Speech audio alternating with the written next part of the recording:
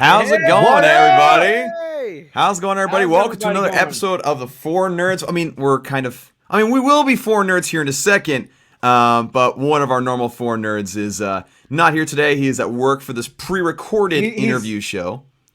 He's on location. He's on location. He's on assignment. He's exactly where I was last week. Yeah. And Dawson is having just a bad hair day, so he decided that he will go into portrait mode today. He took his hat off, and the hair didn't. And I ruined everything. It broke my camera. He was like, he took his hat off, and then he couldn't find the hat. Oh yeah, that's right. Yeah, that makes more sense. I'm like that character from Ed, Edd and Eddy who can't, not wear a hat, basically. No, just technical issues for me today, but I'll be here with audio. But we're very excited for today's pre-recorded interview show featuring Sam Benjamin, who is a very amazing actor who's done a lot of great work. He's done a lot of great work in the film industry.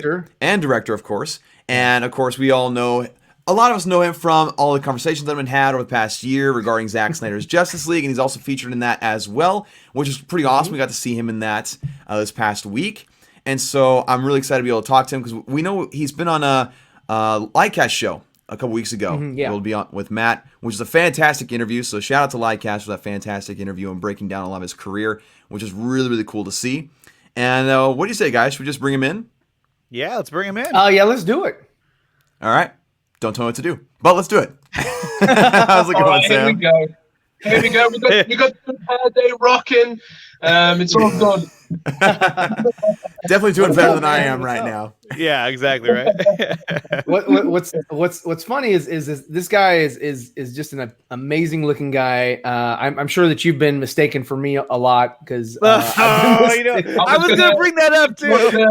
It's one of the main reasons I came on the show was to address that. Yeah, I've had enough of it. I don't want it. Everyone needs to stop it. It's getting beyond the joke. Right? I'm my own man. To prove that Sam Benjamin and Ryan from Zeeverfett are not one and the same. That's why I came on the show. I just want to say that I am not Ryan from Zeeverfett. Okay. And then he's gone. Yeah, no, he's like, that is all. Oh my gosh. So again, Sam, it's fantastic to have you on the show today. Thank you so much for deciding to come on the show with us hooligans, despite maybe some of your, other warnings might have gotten from talking with Andre, right? I mean, that obviously there's some red flags that came up. Whatever. Like, this guy won't stop bothering him on social media. That's my Paul McCartney. So I understand that you guys are both from Liverpool, so you do sort of sound like Paul in my opinion, as far as like it's a funny story about that is that I actually auditioned once for a theatre show to play Paul McCartney. I was going to ask if you were ever going to play it. That's awesome. But the funny thing is that it was, I'll be honest with you, I heard about it and then I was like, okay, let's go along. And then it was happening in London and I turned up to the auditions and I thought, well, in the audition room, it's going to be every actor from Liverpool in the world, all there, all doing the Beatles thing. But then when I got there, pretty much everyone there was all London actors, and they were all practicing horrendous Liverpool accents in the waiting room. And I was just sitting there going, and I was thinking, I think I've got a good chance here because nobody could do it. And it's a very specific accent to do. So I went into the room and then I actually asked my little brother because my little brother, he's a massive Beatles fan. And I was like, bro, any tips for doing Paul McCartney? And he just went, yeah, just say, a lot in between everything. so, I just dropped the voice a little bit and, just came in there and, let's do a bit of acting, and then, so I went in there and lo and behold, as soon as I came in and they heard the authentic voice, then they were like, oh, you could tell that they were like, oh, here we go. And then, but in the end, we could really use a voice coach. Come on now. You're like, wait, what? Songs for me, I hope you don't mind. It's not in the script. But what happened was in the end was I didn't do it because, to be quite frankly, like the director was awful and the script was terrible. And I just thought these guys are just trying to make a show about the Beatles just to like have the fame of making a show about the Beatles, or at least that's what it felt like at the time. So and the pay was terrible. So I just thought, as much as I'd love to play Paul McCartney or one of the Beatles, but it's just not worth it. So they did offer it me, but I went, nah, you're all right. Was that around the same time as that Beatles movie was coming out? As the one where you're talking about Backbeat? No, that was way old. Yeah, the one where everybody in the world forgets about the Beatles except for one person. Was it around the same time as that one? No, this was way before then. Oh, okay, gotcha. I forget what that was called. Yesterday. It wasn't Lucy in the Sky. Yesterday, yeah, that's what it was. Yes. Yesterday, that's right, yeah. Yeah. I know my sister's really excited about that one. But yeah, because if that was at the same time, that would make sense. Like, oh yeah, this movie's coming out, let's make a quick buck. But no. I mean, either way, trying to do something with the Beatles is, make it a quick buck because it's the Beatles, Exactly, yeah. They're legendary and iconic. I mean, legends. Yeah. My little brother's a huge Beatles fan. In fact, he has they used to have these action figures that they made of all the different members of the Beatles. He has the Paul McCartney one. He found it at a Goodwill one day. And what weapons does Paul McCartney come with? A lightsaber. It did come with something like it's a couple of ninja stars. Like, no, I'm the walrus. I'm the a walrus. That's the animal that you can get as an accessory. As a walrus. Get the yellow submarine. Did he have the yellow submarine? It did. It had a yellow submarine. Actually, that's what it had. That's how it gets around. It's like from that like cartoon thing that the Beatles had. Yeah. It was called Ninja McCartney in the Blue Meanies. Amazing. Oh my gosh! No, that is awesome. That is fantastic. His weapons are just like walrus teeth. Walrus. He's got them on handles. This is a little. I don't know if this will go over well. No, but it's a choking hazard for children. Don't sell that stuff. Oh my gosh. But yeah. So what got you into wanting to be an actor or director? Like, what got you into wanting to be in the arts? Good question. Where to start with that one? It all started when I was a little fetus, and I there's multiple answers to that I give at different times depending on how I'm reflecting on it. But on the one hand, on a ground level, I was always a shy kid. I always felt like I had low confidence just for whatever reason. I always struggled to feel like I belonged. Us good-looking guys like us tend to get caught in that. Yeah. There you go. Well, you know the pain. But there's another story to that because I would say, if you ask my people who were in school with me when I was 12, 13, they might say maybe I was a late bloomer. But anyway, so my mom moved around. I lived with, for the first 11 years of my life, my mom moved around. We moved, I think, 7 times to different places. And because of that, I never really settled into all the kids from school live near me. Mm-hmm. So I always felt a bit isolated and then never really felt much confidence. And then a lot of the time I spent when I was really young was playing with my action figures, watching my cartoons, doing the voices, doing a lot in common, you know that? Yeah, exactly. Yeah. So wow. And then I guess I just always, because I never felt comfortable in my own shoes. It's that actor cliche, and then give me a script with what to say and a character with characteristics who's got a different name and a different outfit and all that, and then you can step out of yourself and you can be as confident as you want. So that's one level on it. Another level on it in hindsight is I'd done lots of different stuff. I played for nothing near professional, but I played football and I tried lots of different avenues of sports and different things. But even though, for example, with football, I knew I was all right and I could stay on the pitch and hold my own. But when it came to acting, I always felt like I could take anyone on. It just felt natural. It just felt like, put me in the acting zone and I'll go toe to toe with anyone. Let's do it. Whereas anything else, it didn't intimidate you in any way. Not really. I felt empowered, really. And then what was my point of that? So, but the other thing as well was that I think in hindsight, my dad and my grandmother, who are no longer with us, I think growing up with them, they instilled in me, like, they were movie obsessed, and seeing the way my nan would watch a 50s matinee idol movie star like Clark Gable, and the way she would watch him, and I would watch with her on her couch as she's smoking a fag and drinking a Diet Coke with rum. And I think subconsciously that reverence we had for those dudes, I was like, oh, is that what they must have it all figured out. And then also on a Saturday night, I'd go around to my dad's, and we'd be watching Bruce Willis movies, Tom Cruise movies, Stallone movies. And similar thing, my dad would always be quoting the films and doing impressions of them. And I think in another life, he probably should have been an actor. So I think it is in the family, even though no one in my family was an actor. Like, my dad was a taxi driver, forklift truck driver, security guard. My nan was a housewife and worked in the post office. But I think subconsciously all of those things were there. So yeah, it just feels like, I guess I'm one of those lucky people. I've always known what I've wanted to do since I was a kid.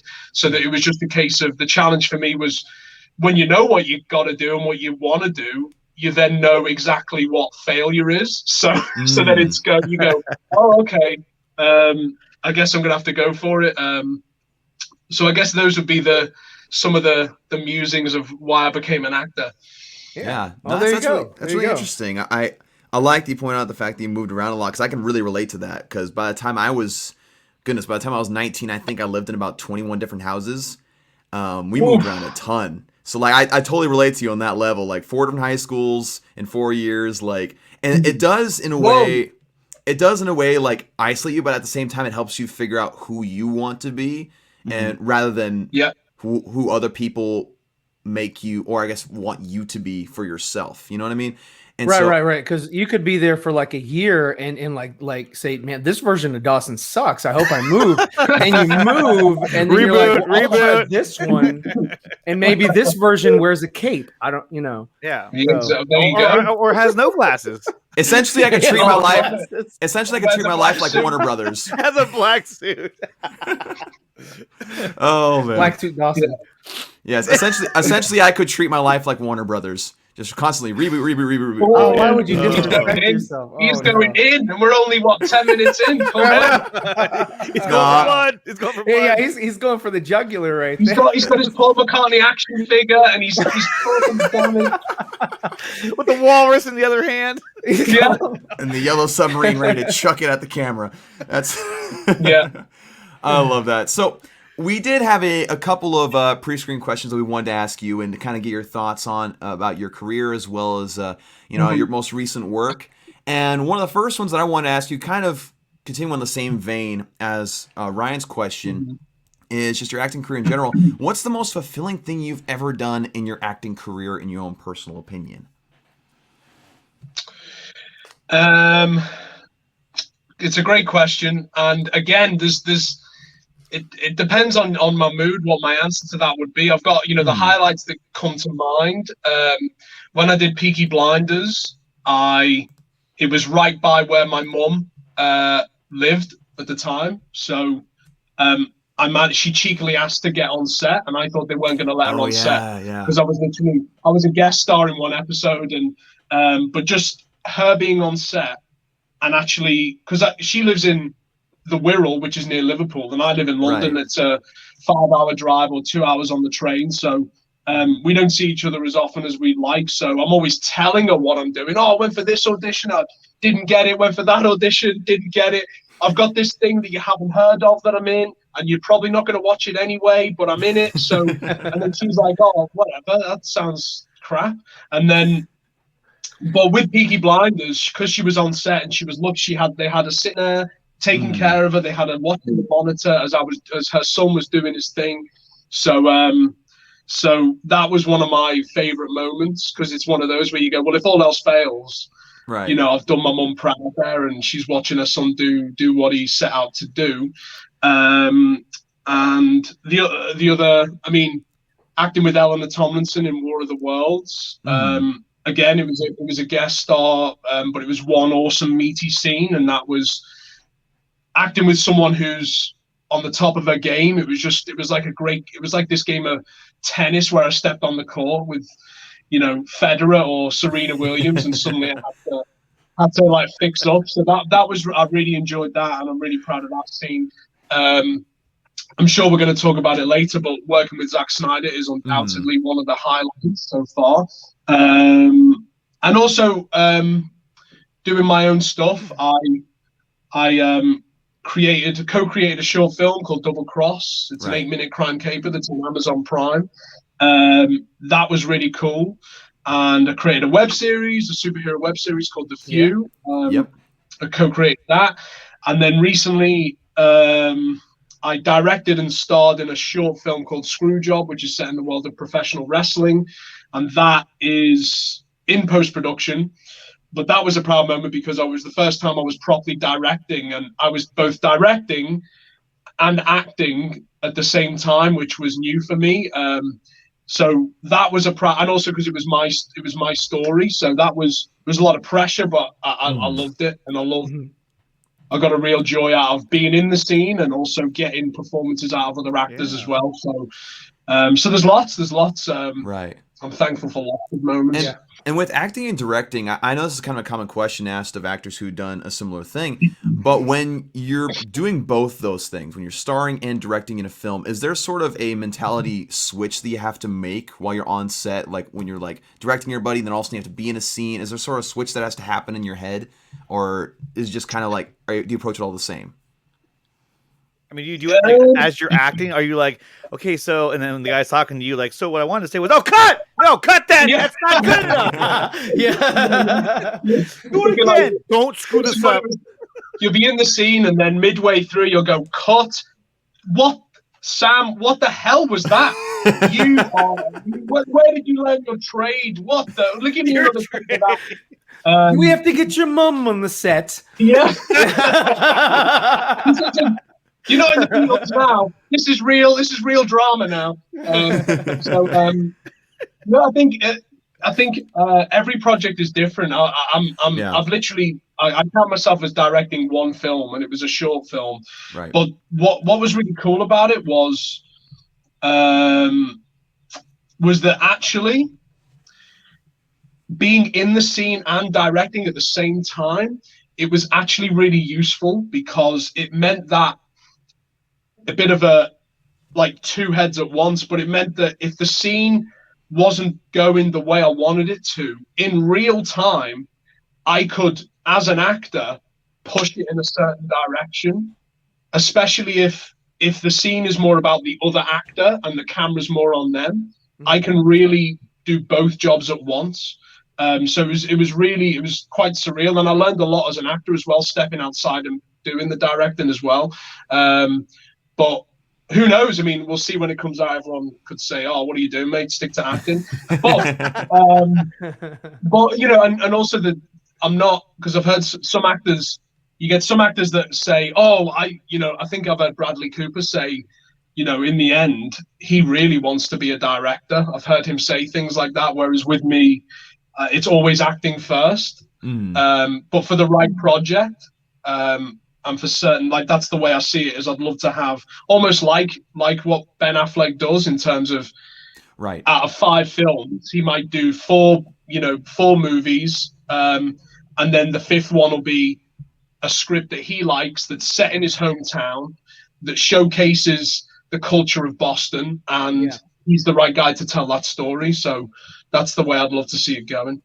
Yeah, absolutely. And it kind of the way you explain it, it almost sounds like it offers a little bit more creative freedom in a sense, to where, again, you have that position of, like you said, in real time, being able to change or kind of course correct in a scene to fit more what you want to do, which sounds really, really awesome. It's kind of like I like to think of it as my family and I, we make comics, and like I have a hand in helping write the stories. And as the illustrator, I'm just like, okay, well, what if we did this? So it fits this art style better, or fits this direction better. Like, oh, okay, yeah, we could do that. There's more of that freedom, which as a creator like yourself and like other people out there, that's always nice to get as much freedom as possible, of course, within reason, you know, which is always really awesome. Yeah, you're still gonna have you got to keep it there, but that it's totally that, and like I say, I really do think even with, I imagine it's the same with comic books as well.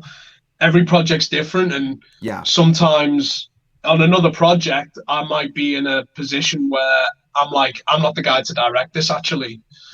It just depends on what it is.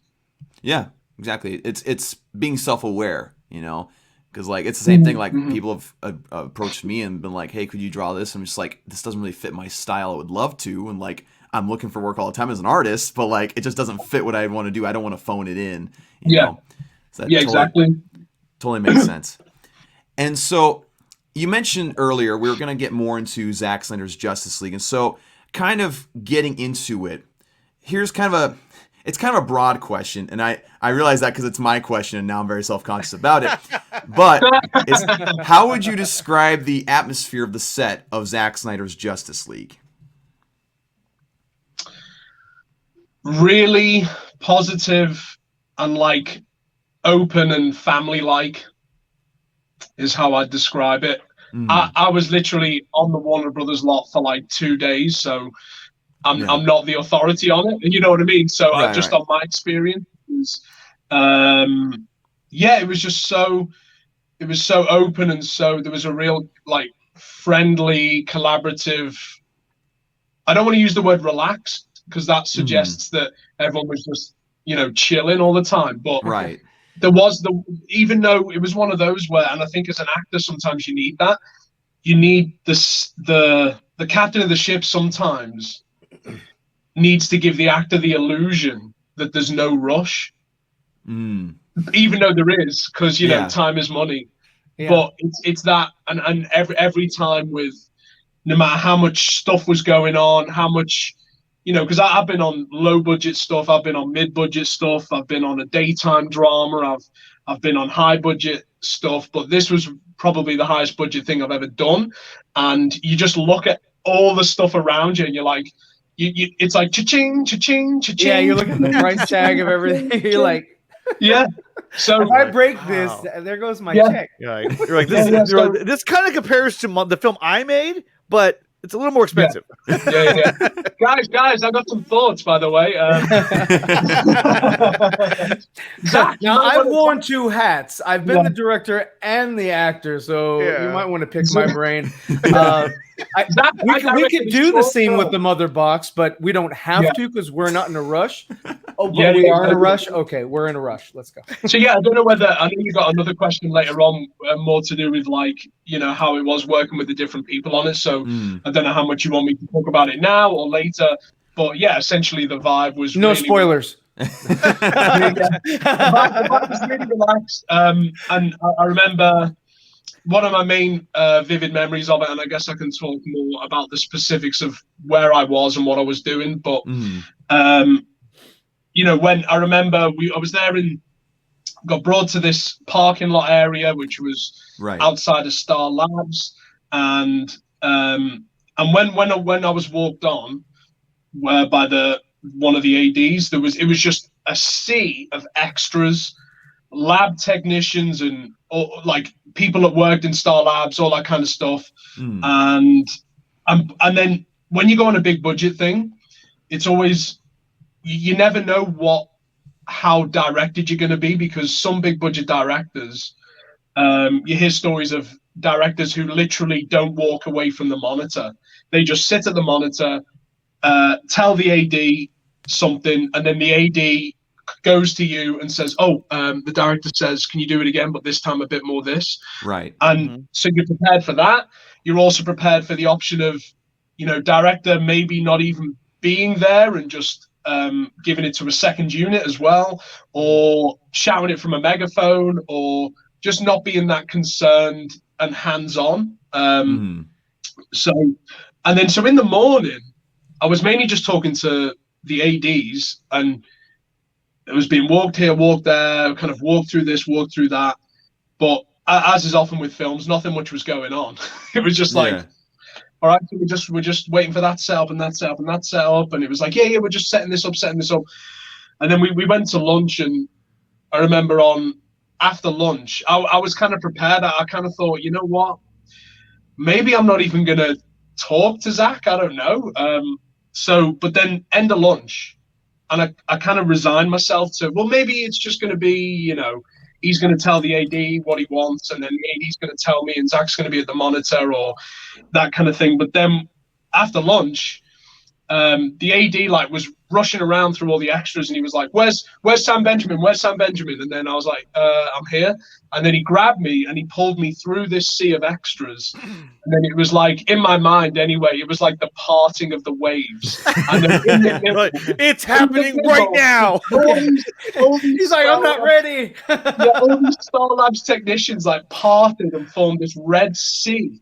And then I walked through it, and then right in the middle was Mr. Snyder in his sexy waistcoat.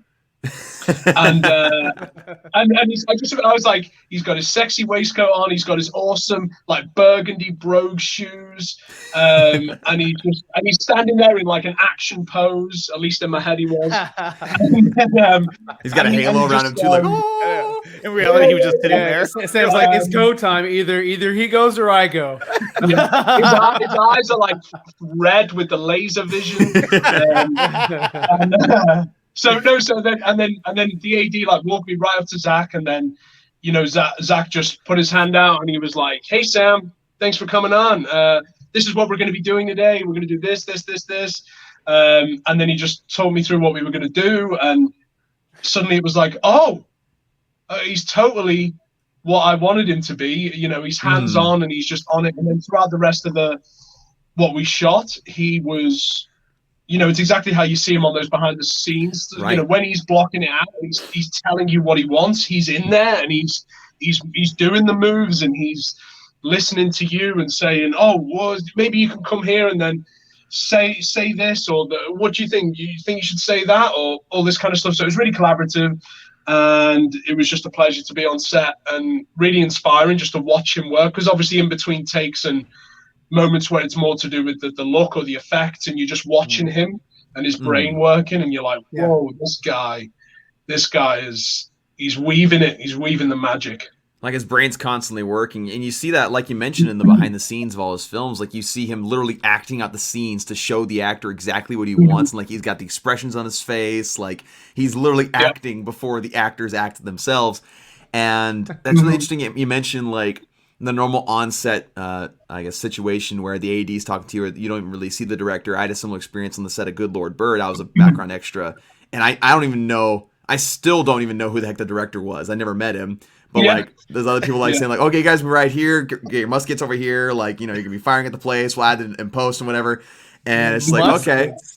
Yeah, well, it was a Civil War thing. Yeah, it was a period piece. Yeah, period piece. Oh, right. Okay, I thought that was just normally what he carried. Oh, yeah, the director. Yeah, I have a muskie in my home. Yeah, that's right. Yeah.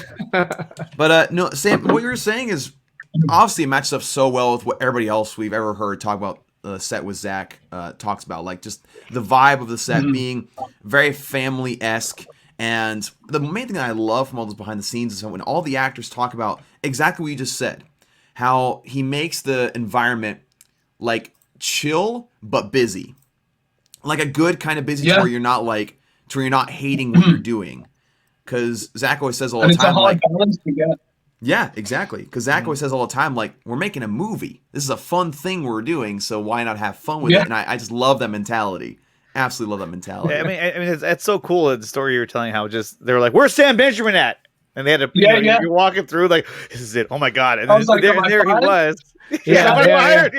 You need to make how do you think we should do the scene? Well, I think first thing I should say, look out, it's Steppenwolf, and then in the third act I'll come back and I'll be with the Justice League, and then that's how we'll end it, because you know my character to continue. Like, you need to make a short film of that moment where you're like walking through the crowd and also just zooming in on your face like, oh. It'd be like, do you know what it'd be like? It'd be like the way Charlie Murphy told the stories about Prince. It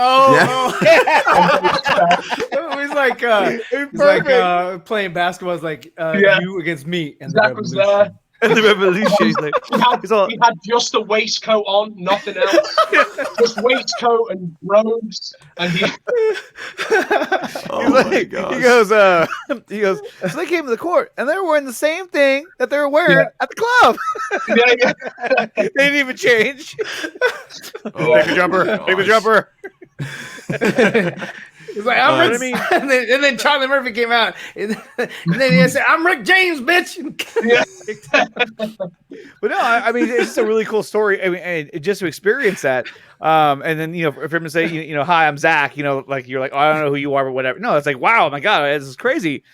I can imagine Zack being like, hi, it's nice to meet you. I don't know why you're wearing a nurse's outfit, but we got to get you in military fatigues. Okay, yeah. Like, that's a good call. I don't know, Mr. Snyder. I told him to put on the fatigues. This is way crap. Was I in the wrong trailer? Was that the wrong? Is this not? Oh, he's in like an Amazonian outfit. Yeah, I'm in the Amazonian outfit. I'm ready to go. I'm like, yeah, let's. Hey, I have this is not the right. Okay, like my lines, we have no fear, right? That's my line. Okay. Oh, dang it. Okay. In his trailer, it was just the Amazonian outfit and an army outfit. He's like, which one do I choose? Yeah. This one gets more screen time. Yeah. Oh, amazing. I can be remember the costume really well. Oh my goodness! I worked out my abs so much over the summer that yes, I'm ready to show them off. Yeah.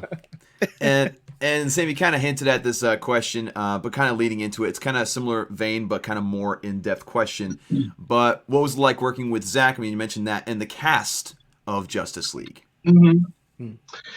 Yeah, well, I literally worked with the main. I didn't work with any of the heroes. The main person that I interacted with was Joe Morton, and obviously with a lot of time waiting between takes. I don't know how he remembers it, but we were, there's a lot of hanging around, lots of people around, and he was standing there, and obviously his process was different to mine. I was on, and I was fresh, like a substitute was coming on, for the final 10 minutes, and whereas he's obviously been in it for the long haul, so you could tell we had that different energy. But I thought I've got to chat to him, and because no one was really talking to him as well. So, but what I realized was, I thought, I bet everyone talks to me about Terminator 2.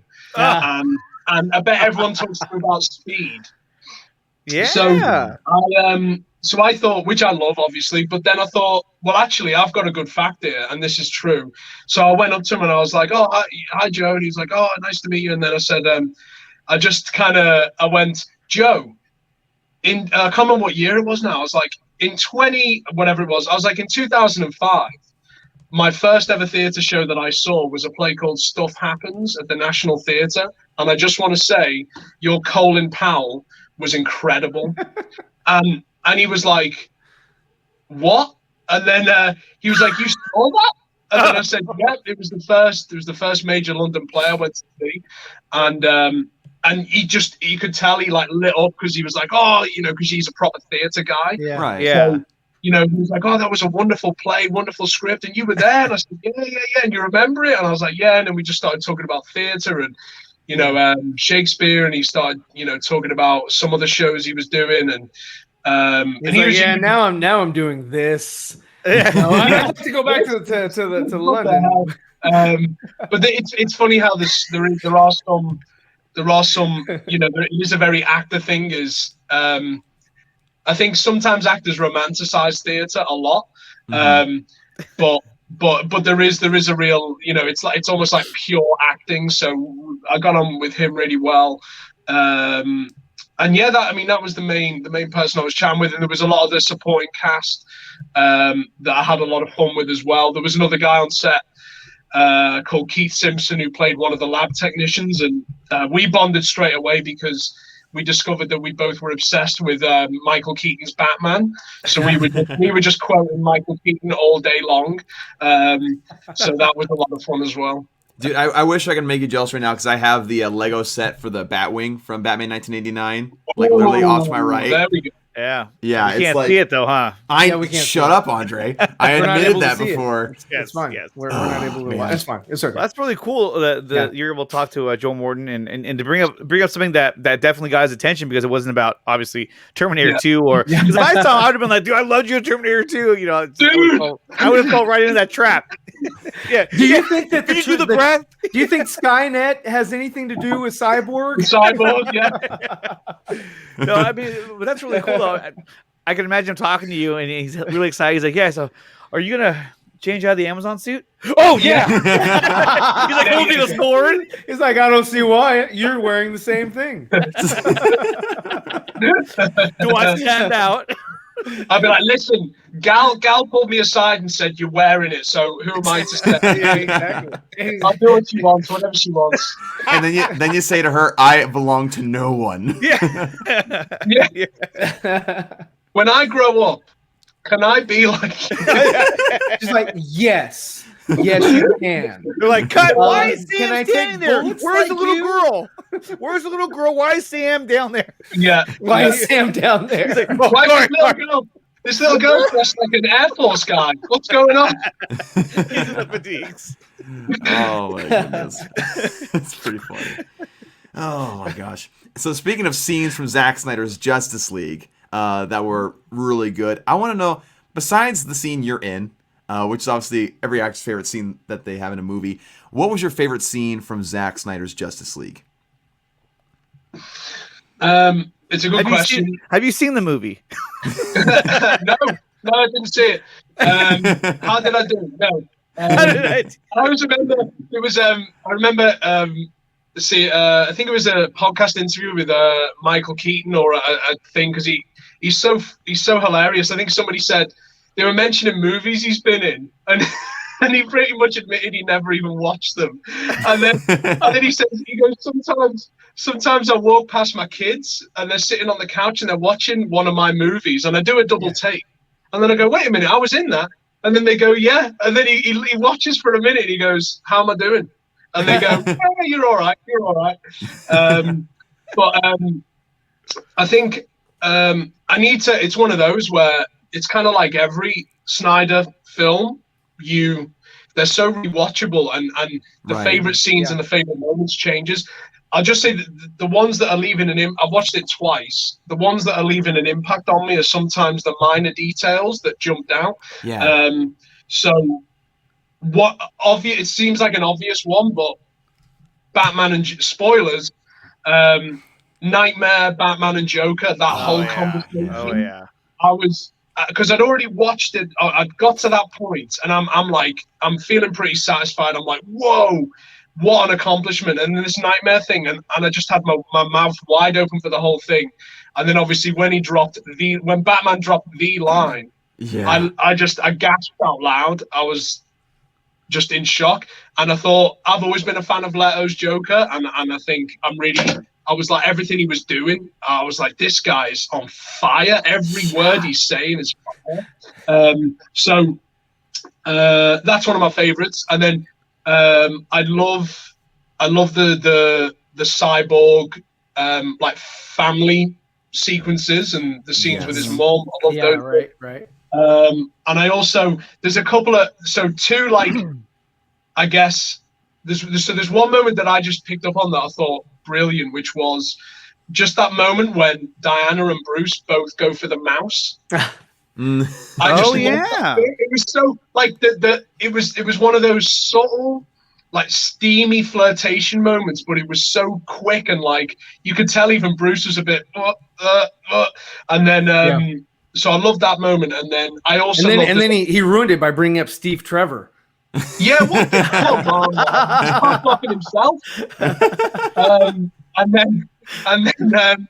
And then the other bit I really loved is and again I'm just picking out just fun moments. As a Brit, I love the moment when Alfred could not help but stand right next to him. While he was making the cup of tea. Such a good interaction. You go to any Brit's house, or a Brit comes to your house and they go and you offer them a tea, and and while you're making it, they will be watching because they'll be anxious about it. They'll be like, oh, is he gonna put the bag in, or is he? Oh God, he's put the milk. Oh God, and then just roll with it. Just roll with it. It's fine. So where are the the Keurig machine? You're like, no, you don't want to Keurig. Don't scorch I the love tea. that. I love that. He's like, this is not a proper biscuit. Yeah. What is this? Velveeta. What? I A love biscuit that. is a cookie. I know. It's like a breakfast A cookie. Isn't Velveeta? it? Yeah. Velveeta, it's a breakfast biscuit. You buy it at the store anyway. Those would be my. You should get a sponsorship deal from them now. I know. This have to brought to you by I Velvet. think but obviously, all there's so much action in there that I love. Plastic. When Superman comes back and says not impressed, I mean, Yes, that was such an improvement off what we saw in the theatrical cut. Just Well, I I'm mean, a truth. fan of truth. it was like and night and day. justice.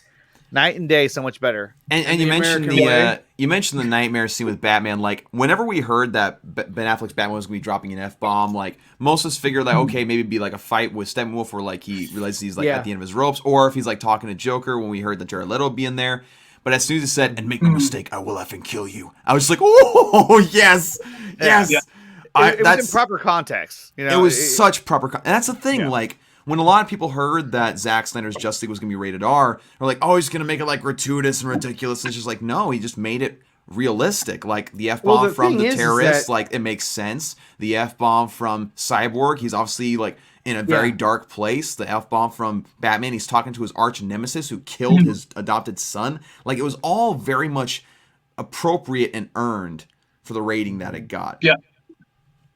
And I think also, in line with that, people have been using the phrase Elseworlds a lot recently with, the multiverse. And I think it is true that even because obviously you've got Marvel to do what they do, Right. but I kind of, DC in the way that they've made their comics as well, have always had that alternative take on things. And they've always been, hey, writer, take this character. What are you going to do with him? So I really, there's how many different incarnations of Batman have we seen? So it's the same with every character. So I don't. You go with it because it's like in this scenario, in this nightmare world, it totally seems reasonable. And I can still enjoy Batman Brave and the Bold. It doesn't. You know what I mean? It's like there's different Batmans there. Yeah. And it's like everyone, you could say, oh, well, Chris Nolan's Batman, he doesn't kill and he's way more in line with Batman and all this. And I go, that's true, but I don't think he would have quit over a woman in the third film. You know what I mean? Yeah. So every interpretation has its, I don't think he would have flown that big ugly thing called the Bat. I don't think. The hovercraft or whatever it was. What the fuck was that thing? And you do a great job pointing out that, like, there's so many different versions of these characters that we can enjoy because, again, that's just how they've been written over the years. Like, you have the stories like The Long Halloween, you have Dark Knight Returns, you have Nightfall, you have all these different, all like going back to the first appearances and in the campy 60s and 70s. Like these many different interpretations of the character where really it offers a lot of freedom to those who make movies about them. Sure. Because like again, you can make one about a darker one or a lighthearted one. And it can get too rigid as well. It's if you're going to retell these stories, let's do something with it. It's like if you do a remake, if you remake RoboCop, why would you do it like Paul Verhoeven did it? Do it like you want to do it, and then see what happens. I think that's the beauty of it. So I didn't mind that, and I mean, I'm looking forward to watching it again, and I know that I'll pick out more awesome moments. Oh yeah, and not to mention too, last night or this morning, I should say, the Justice's Gray version, the black and white version of Justice League or Zack Snyder's Justice League, just dropped on HBO Max. So I watched some of that today, and it looked incredible. It was fabulous. The lighting, the detail that it brings out, and a lot of the shots with Darkseid too, just the illumination of his eyes and how you can see it on his face and the detail. It's just really, really good. And one thing that Nice. you can tell with a really good director and just a really good visionary is the ability to control lighting very, very well. And the best test of that is seeing how it looks in black and white. If it looks very presentable in black and white, then you have done a fantastic job with lighting. And it's the same exact thing with Zack Snyder's Justice League, right? He utilized the light in a sense to where like it more focuses on the texture, it more focuses on the character, like all these different things with black and white. And that's, oh my gosh, that's why I was so excited for it to come out. And when I heard it was coming out this morning, I was like, yeah, I have no work today. I'm watching it now and probably fall asleep at the end, which I ended up doing, like we discussed before. But it was, I just loved it. It was fantastic. And I think, speaking of favorite scenes, I think the one I'd have to pick personally is the first time that Steppenwolf talks to Desaad. Which is weird because like I'm a huge Batman guy and I love Ben Affleck's Batman. He's my favorite Batman and like him in this movie was fantastic. But comparing that scene to all of Justice League with that version of Steppenwolf, like there was so much character development. There was actually heart in that because Steppenwolf like was sad. He's like, Desaad, please let me beg Darkseid that I can come home. And you see the emotion in his eyes. It's just like that is all that was missing. All of that was missing from 2017. There was a lot missing, but yeah, I mean, was not all of it, but like right. that was a big part of what was missing. Just being a character in general, not just being some Liam Neeson looking CGI weird looking thing that just didn't make any sense. They would love me, and they did. They loved him. They did. I think just seeing the difference in character because I mean, when you first see Steppenwolf on Themyscira, he's like this big. Brutal beast who's running around throwing horses and Amazons around and chopping people in half, and he's just like this menacing monster. Then you see him in the next scene that you see him when he's talking to Desaad. All of a sudden now he's more vulnerable and he's not as powerful as you think he is compared to who he's talking to, and also Darkseid's over there too. So it shows power scope. That exactly. All of a sudden it's like, hey, you think he's powerful?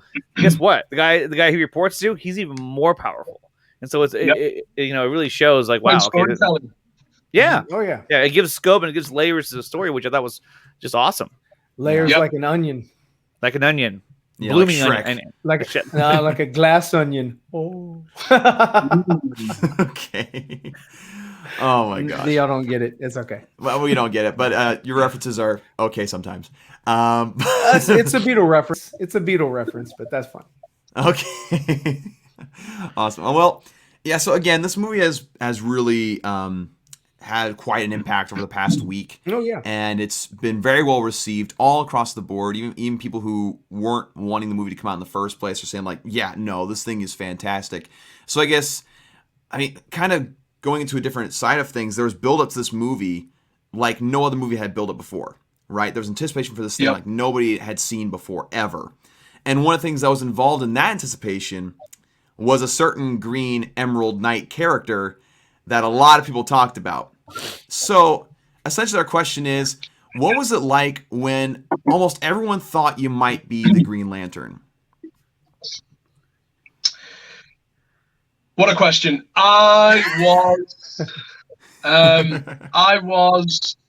It was both scary and exciting. And a bit crazy. It seemed to start, I've spoke about it before on Lightcast, but it seemed to start kind of organically. I honestly did, I think I did one interview, and when I did that interview, I clearly didn't realize how many people pay attention to stuff. Because I did this one interview, and it was about something else, and then he was like, "Oh, by the way, didn't you film with Zack Snyder?" And I was like, "Yeah," said a few things. Obviously being careful what to say. And during that interview, I even said, I don't know, I signed an NDA. I don't know what I can say. I don't want to reveal anything. But, I was on it for a couple of days. And then I said, and if anyone wants to know who I play, look at my IMDb and it'll tell you. And I thought that was a good safeguard right there. But then what it turned out was, as things started to build, and it was Liz Wonder, the superstar cosplayer troublemaker, as I call her, and did the morphing into Hal Jordan, and then it just lots of things escalated, but the funny thing was is that it seemed like because people started then combing through my tweets and my posts, Mm-hmm. and they were then finding more evidence. But the evidence was genuinely organic. Like me in a flight jacket. I love Top Gun. Or a Green Lantern keyring. Well, I'm a DC fan, and I fixed my mate's phone, and he gave it me as a present. Just all the different things started adding up, and then he's like, oh, he said, look at IMDb, and then they go to my IMDb, and it says military police, and then they go, oh, but hey, Hal Jordan's a cop, and he's in the military, hey, and so it just all happened. But then I also thought it was gonna die down because, a year and a half ago, the prevailing wisdom was, oh, everyone was saying there is no Snyder Cut. There's no way they're going to do that. It's never going to happen. Yeah. And then the perfect storm of circumstances and the fan passion and drive and support and willpower, dare I say it, and all of that came in, and then suddenly it's coming out. And then again, as I've said before, because it's unprecedented. When has this happened before? I was like, I signed an NDA, but because that film was out, does that mean I can say it? But then when Liz shared that picture of me as Green Lantern, Zack liked it. So because I know what Zack is like on social media, you then think, well, hang on a minute, he's probably doing that. Was my thinking. I could, he needs to tell me one day, but he probably liked that because he thought, well, let's just get people hyped and thinking that, what if? And then suddenly people are like, oh, we missed out on Green Lantern. You took that away from us as well.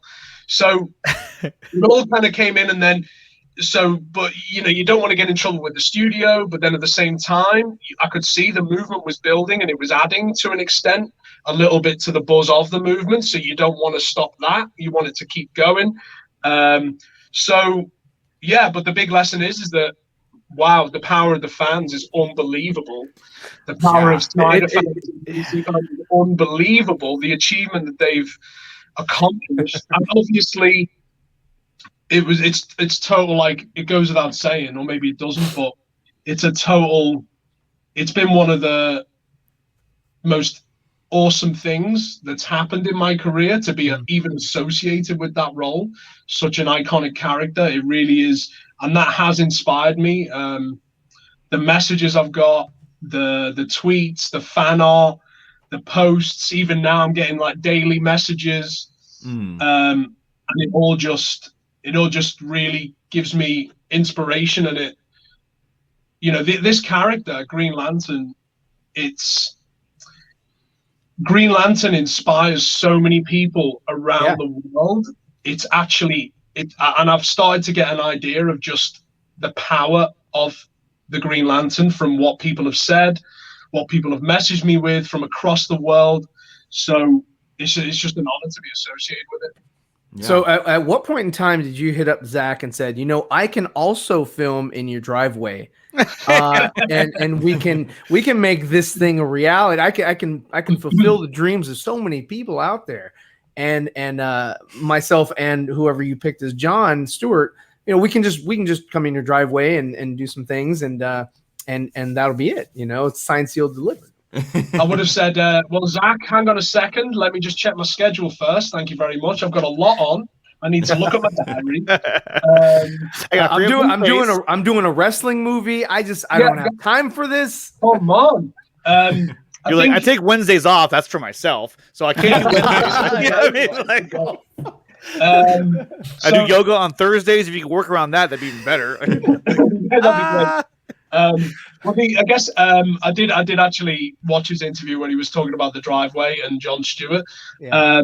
It's like I say, it's, as I've said before, I'll just keep it real as ever, which is I honestly don't know what Zack, beyond what he said in terms of the Jon Stewart, I don't know what was on his mind in terms of when he liked that picture and all of those things. So it's I can't remember what my point was. My point is that you'd have to ask Zack. I don't know what was on his mind in terms of obviously I've read a few things about Ryan Reynolds and things like that, but what his full plans were for Hal Jordan and how aware he is of the fan movement involving myself. I don't know. So, yeah, I mean, who knows? All I know is that I'd obviously Zack is on my top of my list of directors I want to work with again in a more meaty capacity. It'd be incredible. Oh, definitely. Yeah, absolutely. I mean, did it become a point where you almost became scared to even like anything because you're like, wait, oh yeah, if I like an image, everyone's gonna be like, oh my god. It's funny because you did that interview, right? And I want to say it was, oh my gosh, probably like the next day or a few days later, it was all over social media. That interview that you did, where you said, yeah, I was in the movie. I was in probably like a half an hour. It would have been like a half an hour arc, that the entire scene. And I remember watching, and I was like, wow, what's all this? And it's funny because you were saying, the power of the internet. Yeah, I mean, I remember like that interview was plastered everywhere. And I was like, wow, it's crazy how fast things spread these days, especially. Yeah. I honestly thought nobody was going to watch that. And also, the way I heard about it was actually through my friends who are big DC fans. They were like, mate, have you seen this Green Lantern stuff? I was like, You're what? like, oh no.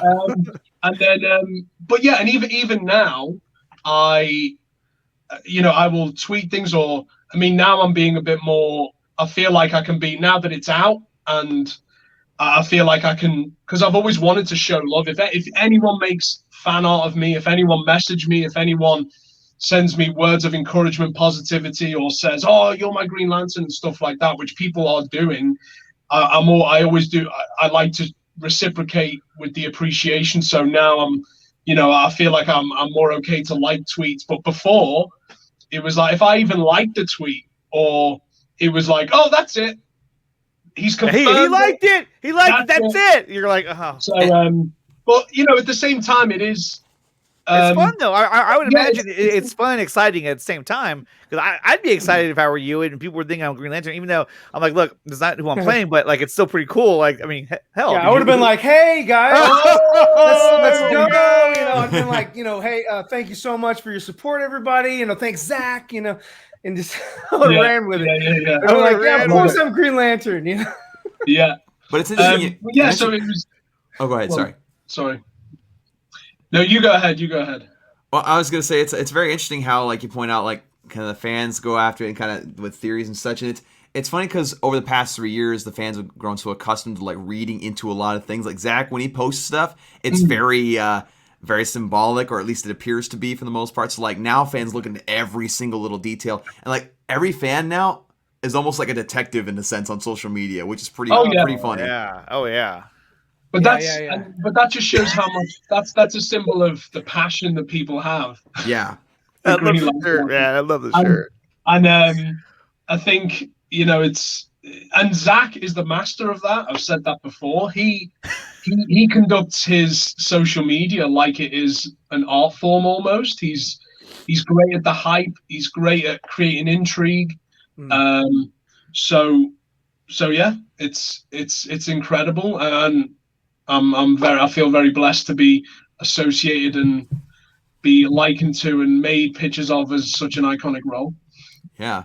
And speaking of like people like showing you support and everything, I think kind of someone answered this question. We can kind of delve more into it.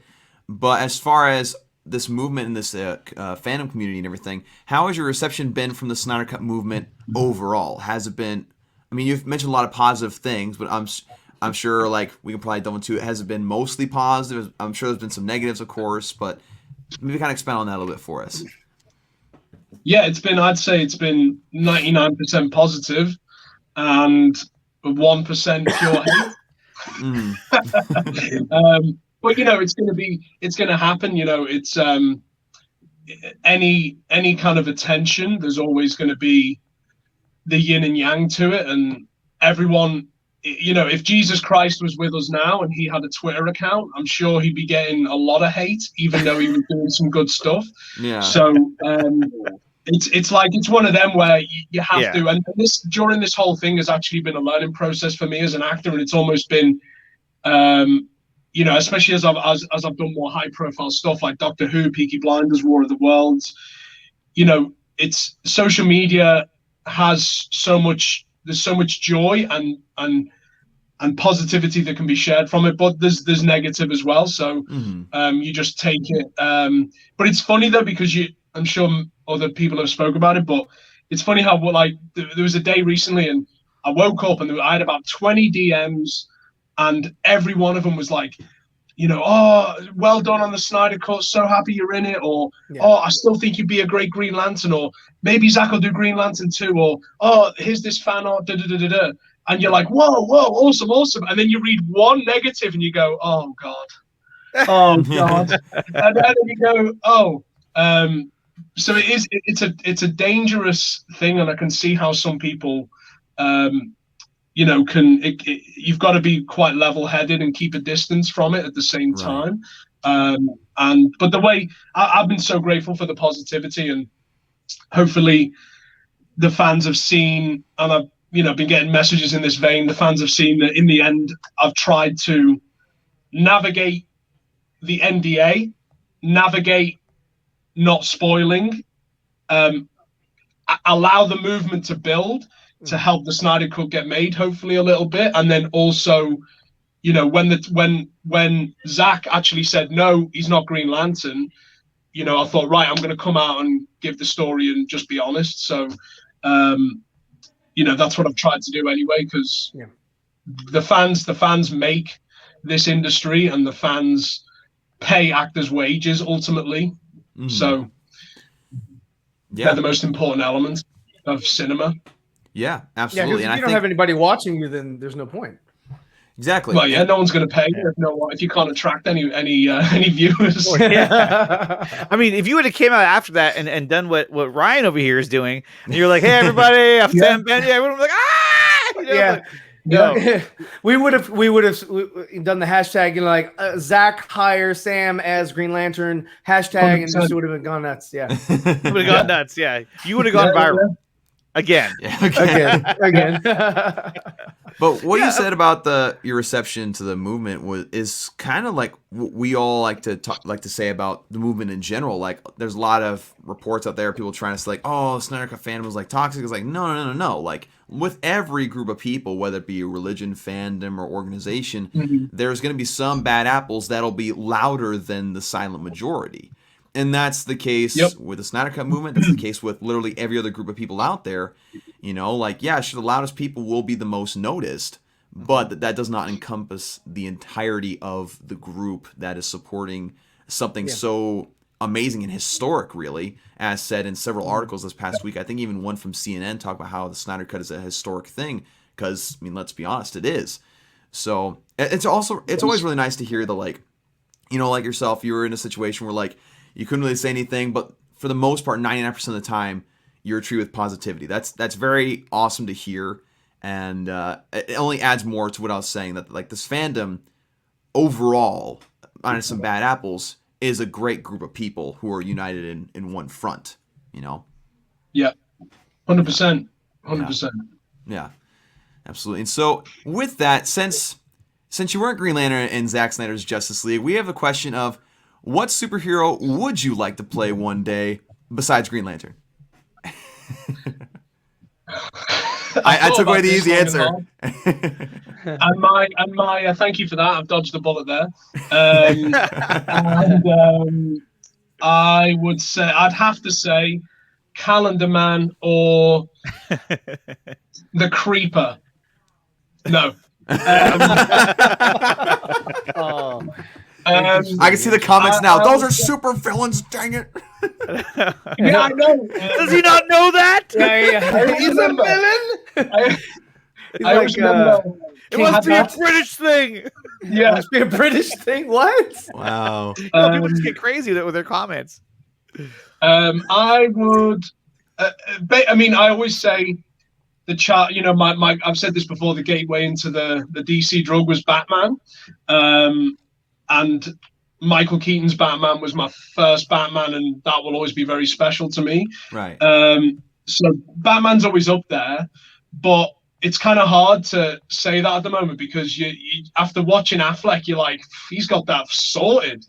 And it feels like such an obvious question, but you know what? I think I still haven't seen there's a take on Dick Grayson that I think needs to be done, and I'd love to have a crack at that.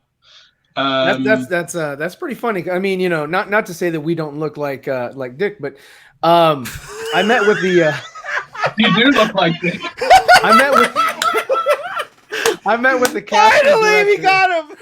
You heard it here first. I met with, Sam Benjamin thinks Ryan looks like Dick. Ryan thinks that Ryan looks like Dick. I mean, he's saying himself. So I actually met with the casting director when Michael Keaton was still attached to Batman 3, because they were going out and looking for at that time it was Tim Drake's, but yeah, because in Batman Returns they were looking at Marlon Wayans to portray. Yeah. He was attached. He was attached, and he was supposed to be a part of the Penguins circus gang, but that didn't work out. And then before Schumacher came on, they had a different director, Wolfgang Peterson, and he was attached to direct Keaton in Batman 3. And then when Keaton bailed, that opened up money for Kilmer and O'Donnell. But yeah, so I'd met with Mally Finn, who was the casting director at that time, and she came through Houston, and she went to Get her to give me a call. Yeah. Well, I know. her Hook 'em daughter, yeah, her daughter does it now, but yeah, that's who I met. So she was nice, but didn't work out. So Yeah, I think also, obviously there's a really good Zack Snyder, Jason Todd story to be told as well, isn't there? Oh yeah, definitely, 100%. definitely. Yeah, well, so that's the cool thing about the Flash in the Zack Snyder Justice League. He reversed time twice, creating alternate realities each time he did it. And so each time he does that, he screws with the like the Doc Brown, Marty McFly, skews into another tangent or paradox. And so you create an alternate reality, which creates another multiverse or universe or whatever. So pretty interesting concept that he could go back, do the whole jump in time or whatever. And the butterfly effect is that he saves Dick Grayson, but then that kills Jason Todd. So that could be interesting. Mm. Yeah, I think there's so much, and just I think Leto's Joker and that, maybe a Jason Todd story would be pretty epic. But yeah, I mean, there's so many great heroes in the DC universe.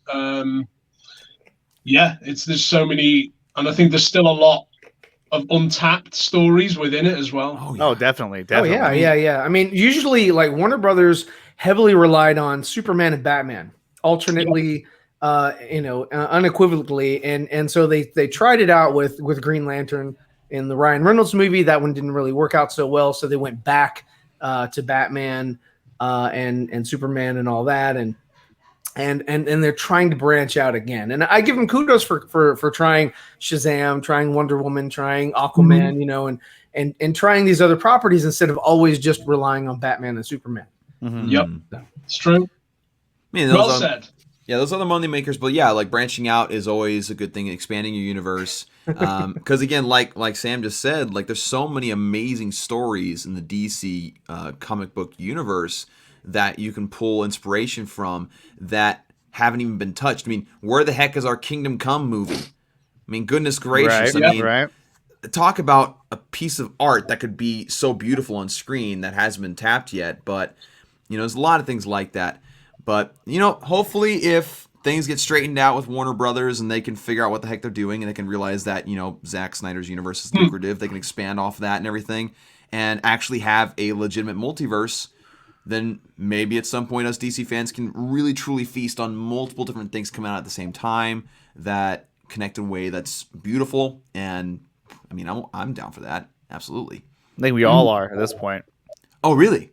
I like to consume. I like to consume, especially stuff that I like. And that's the crazy part too, is that I like to consume things I like too. I don't. Yeah, really and well, I mean, things I don't. And that's it's not typical of me. But I don't like this at all. Give me more. Well, but I mean, for people that are in charge of certain companies, it seems like that doesn't really click in their heads. Like, hey, look, they like this, they want this. Let's give them more of this. Mm-hmm. So, but hopefully, we'll see a continuation of the story, and shoot, man, I really hope that we get to see you again. Yeah. Thank you. I appreciate that. Oh yeah, You never know. You never know what's going to happen, as we've learned in the past 2 years. Yeah. I mean, you even wear a ring, and I told Dawson a long time ago. I was like, he wears a ring on his right hand. I and his remember middle this finger. conversation. I was like, I think that's exactly where Hal Jordan wears it. Yeah, and also you were one of those people. I was one of the investigators. Yeah. If this were a murder case, you'd be in jail. And you would never even have done the He's crime. my prime suspect. Yeah. Yeah, and the thing about that again is because I've been through. I'm like Sherlock Holmes, man. Have you got your magnifying glass? With the ring thing, it's like I've also been on a journey of loss since Justice League 2017. You know, that year, that December, my dad took his own life. Sorry. And even though, no, thank you. So that ring is his ring, and so that was, and it wasn't even a thought. It was just that's the finger it fits on, right. And so there's a lot. Obviously, has a big impact on anyone. If your dad dies, never mind in those circumstances. It's interesting as well because people have picked up on the ring. And there's other elements like I've been reading some of when I was reading Green Lantern like the 2005 run, and his some of the flashbacks with his dad. It really got to me because a lot of the time when the kinds of roles I've ended up playing and settled into have been the maverick, chances, risk takers, flirty, cocky dudes, but they actually have a bit of pain underneath. So it's interesting that people have picked up on that, and it's something that that father connection, I relate to that. How some of those stories of Hal Jordan, like remembering him and wanting to, fly like he flew, so to speak. Yeah. No. Yeah. I had a thought, and then it escaped my mind. I'm sorry. That was. Oh my gosh! I was like, "Where are you going with this?" Recording? Like literally, there's two other guys here that are hosts of the show. So I mean, I know, but it was so. I was like, "You're making noises," and I was like, "All right, he's gonna say something. It's gonna be audible. We're gonna understand it." No, I was wrong. You were wrong. You were wrong. Indeed. You were very, very wrong. I had no idea what to say, but I do now. So thank you for leaving some time.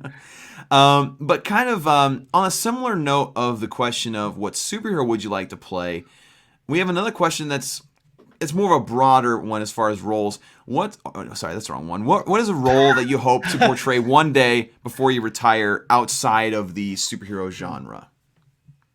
Is every one of these questions provoking me to say Green Lantern now?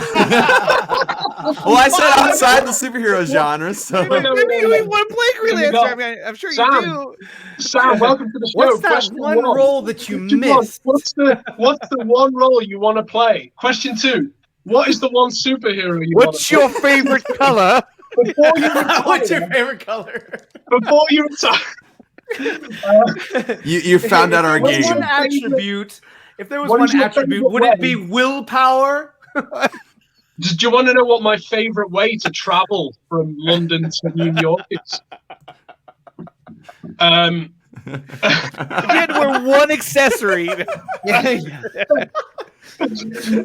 is the one accessory? What level of charge are you on right now? 67%. No. I'll actually. I think. If there was an oath. If there was an.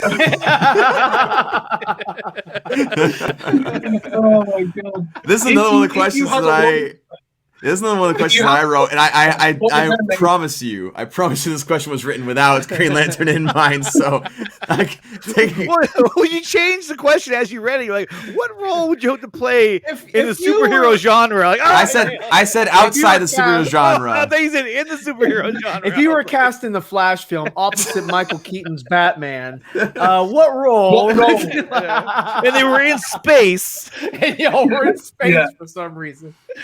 What profession have you always wanted to do that wasn't acting? I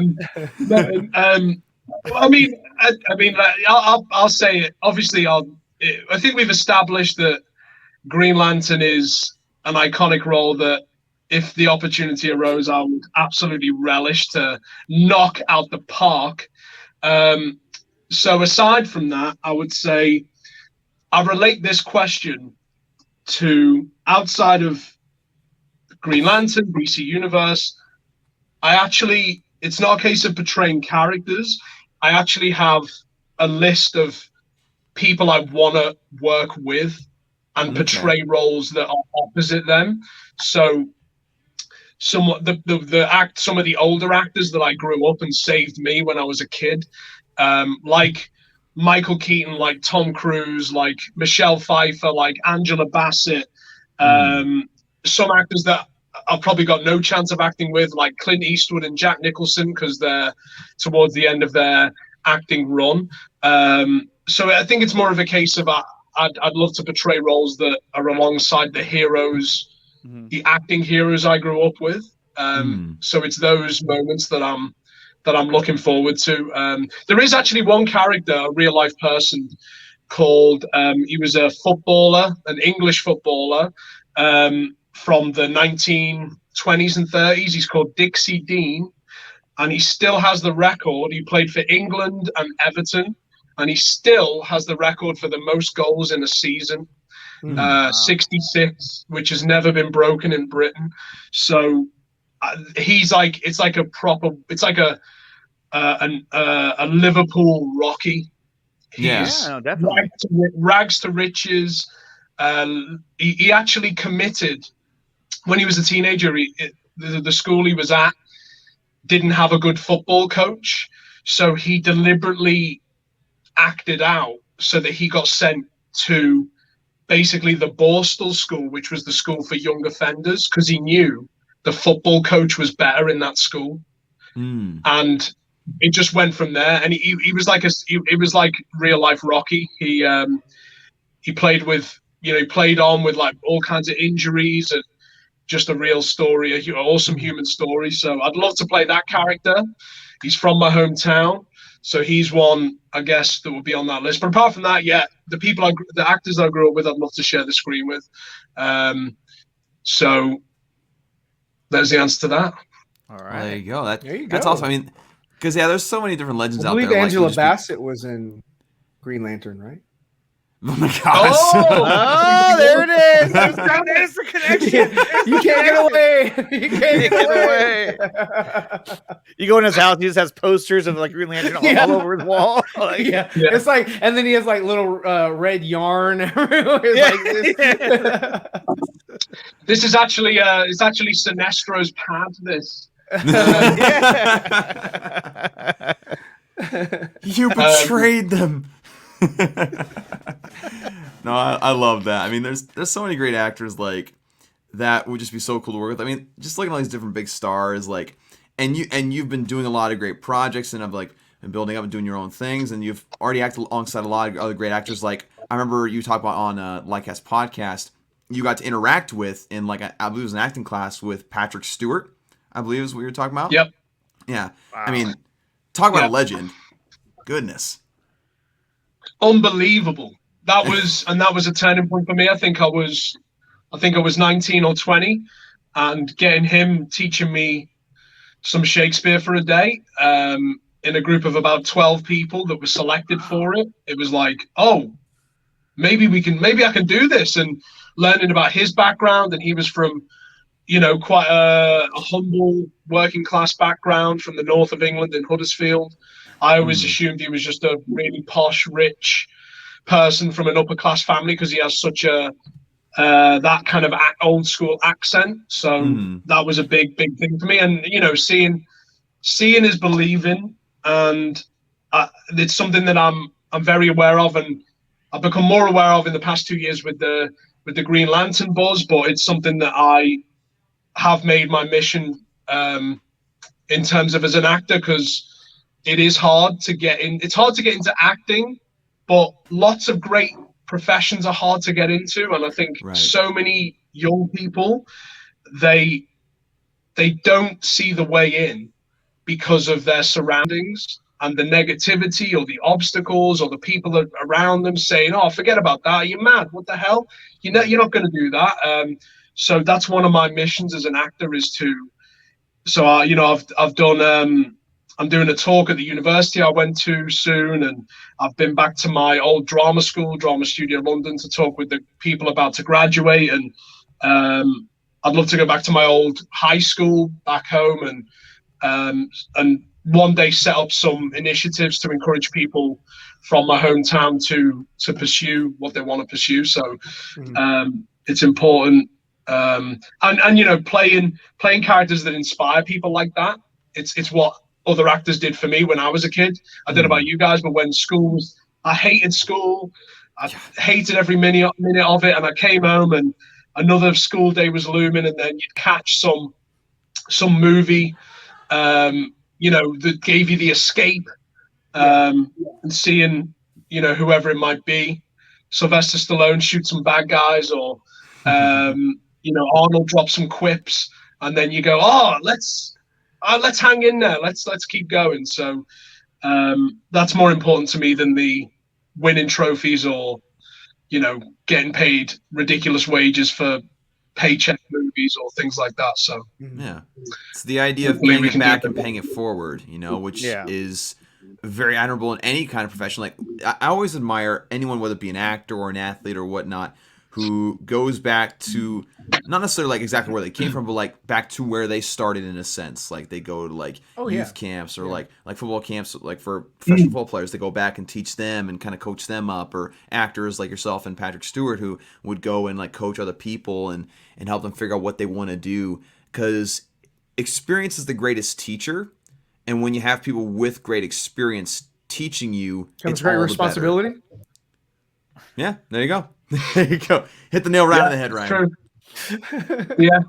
And also just sit like Patrick Stewart taking one day out of his schedule. I think he was filming X-Men 3 at the time. Just taking one day out of his schedule and speaking to 12 people, that impact on those 12 people, it can't be measured. So just those little moments. I remember hearing a story, Henry Cavill saying that he met Russell Crowe when he was like 10 or 12, and he that had the impact on him to keep going.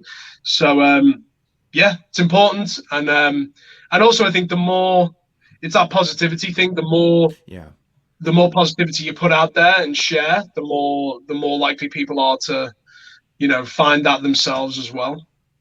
Yeah, it's becoming like a preaching session now, isn't it? Whoa. Yeah. So spitting a lot of facts here. Let's go. Just keep going. I mean, you're on a roll. You're on a roll. Yeah. I mean, if you're down and out and you want to pick yourself up, then by God, do it. There you go. By God, buy a Tesla. Buy a Tesla. Or at least stock. Yeah, there you go. At least stock. All right, now we're giving financial advice. This is great. That's what we're going with. Like we have any room to talk. But going on to our last question here, and by the way, Sam, it's just been absolutely fantastic talking with you. I mean, you're such a pleasant guy to talk with, and just your approach on things, your perspective is very awesome and very positive and enlightening, and we really appreciate you being here. But our last question for you is, we want you to give your full thoughts, or I guess kind of your thoughts overall on Zack Snyder's Justice League. No. Let's get rid of that guy. There we go. Now side by side. Who's who? Whoa. Anyway, put it back to where we were. There we go. Yeah. Zack Snyder's Justice League. What I thought about, I thought it was great. It's great. Let's see what Paul McCartney. should we ask Paul McCartney? Well, I thought it, thought it was a pretty good film, There's some particularly, no, I was actually chatting to Paul, to John, and he was saying, he particularly liked the scores in this one. There's some good beats in there, some good melodies. This is his audition right here. They're like, yeah. I thought it was some great makings of cups of tea from Alfred, particularly accurate there. I would have loved to have a crack at the theme of Superman's theme. I thought Zack Snyder's I've said it before. I'm a massive, and people found it when they were combing through the tweets. Just trolling your tweets, yeah.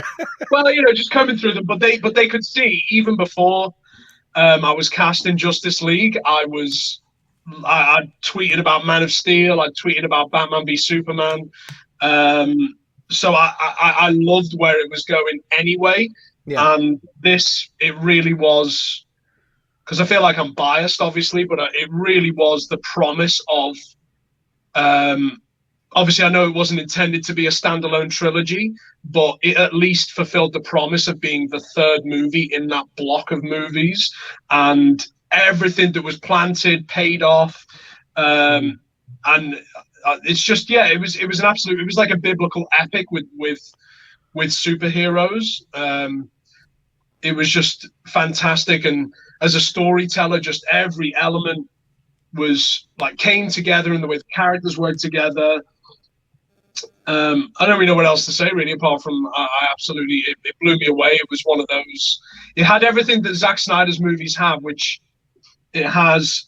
There's the action moments with Zack of whoa, yeah, and then he's got this great ability to get me emotional as well. Mm-hmm. He's a pro. When he wants to tear jerk, he can tear jerk. And then there's also some shocking moments of whoa, where's right. Whoa, didn't expect that one. And then there's some real moments. As what I've said before is, I think this is what I love about that DC world that Snyder's created, is you have to have the weight and the darkness and the grim realities of life in order to actually have superheroes' impact be meaningful and even more epic. Right. So it had all of that. So I'm looking forward to watching it again. Looking forward to watching the Justice is Grey version. And yeah. What else is there to say? I love what you just said about you have to have the grim and dark in order for the superheroes to have any meaning and purpose in the world, because it's kind of the same concept of you can't have good without there being evil, because if you have only good, I mean, there is no good or evil if it's just one or the other. You have to have both in order to have that balance. And I think you hit the nail right on the head. Well, when to have say that measurement, to have that, like you said, balance, but also that discern. The way of discerning good and evil. How do you determine good? How do you determine evil? Well, you have to have instances of evil to determine what it is, or instances of good to determine what that is. So, I mean, you have to have both. Yeah, you can't say this is good and not have an evil thing. Yeah, absolutely. Otherwise, you can, but there's not a bigger payoff. Like when in Batman v Superman, when Superman sacrifices himself, it's very quickly you're watching this doomsday and you're going, okay, this guy's going to annihilate the world. And then you're like, right.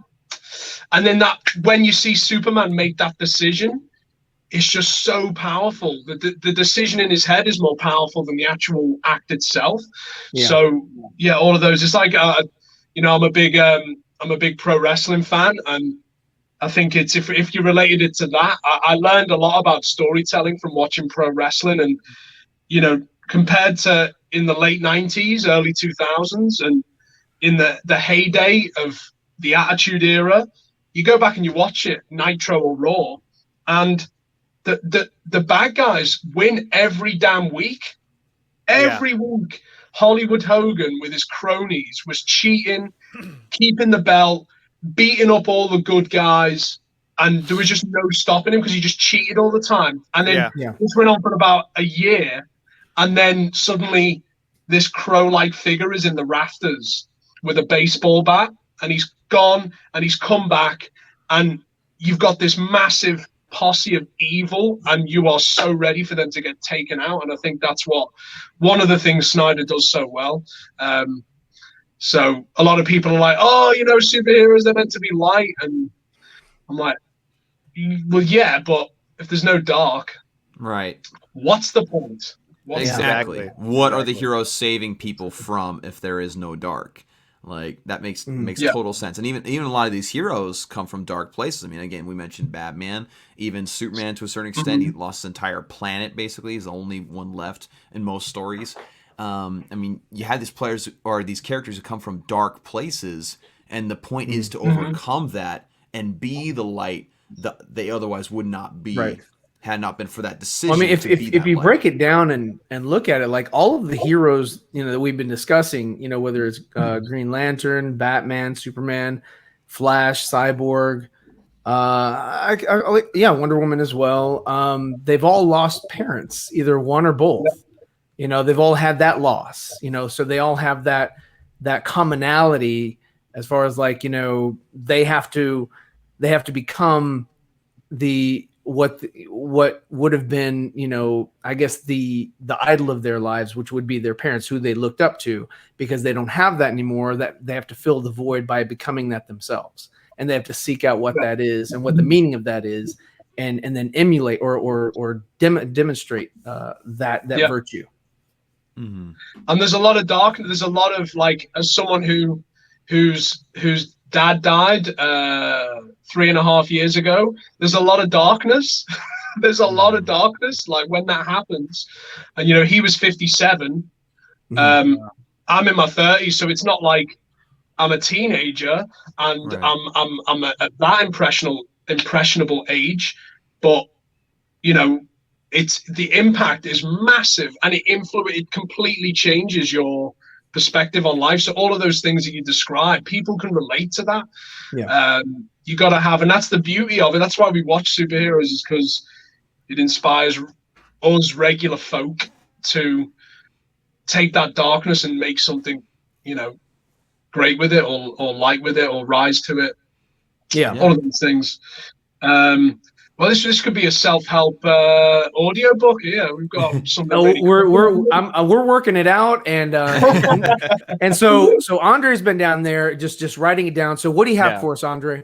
I have a lot of notes that I'll go over after the interview's over. So we don't put those out there. It'll just be our collaboration. All you need to do we won't help anyone. Patrick Stewart is going to narrate the whole thing. Yes. Yeah, all you have to do is add some dialogue at the end where we talk about the light. Just add that it's Green Lantern's light. That's what you got to add. There we go. There you go. I love it. Like, but it's going to be heavily edited so that it's like one of those old, like, Simpsons edits where they're like, hi, and then I'm green, and then yes, that's exactly what we're gonna do. And thank you for that idea. So it's like, I'm Green Lantern, or Zack Snyder's Green Lantern. We'll work it out. Don't worry about it. We'll mash it all up. You're like, I never actually said it like that, though. We'll fix it in post. So, Paul McCartney is Green Lantern. Yes, that'd be hilarious. That's the exclusive. Yes, I would love to hear a Batman from Liverpool, though. You know, just sort of like, you know, they could do like, what was that one? Batman by Gaslight, or Gotham by Gaslight. Yeah.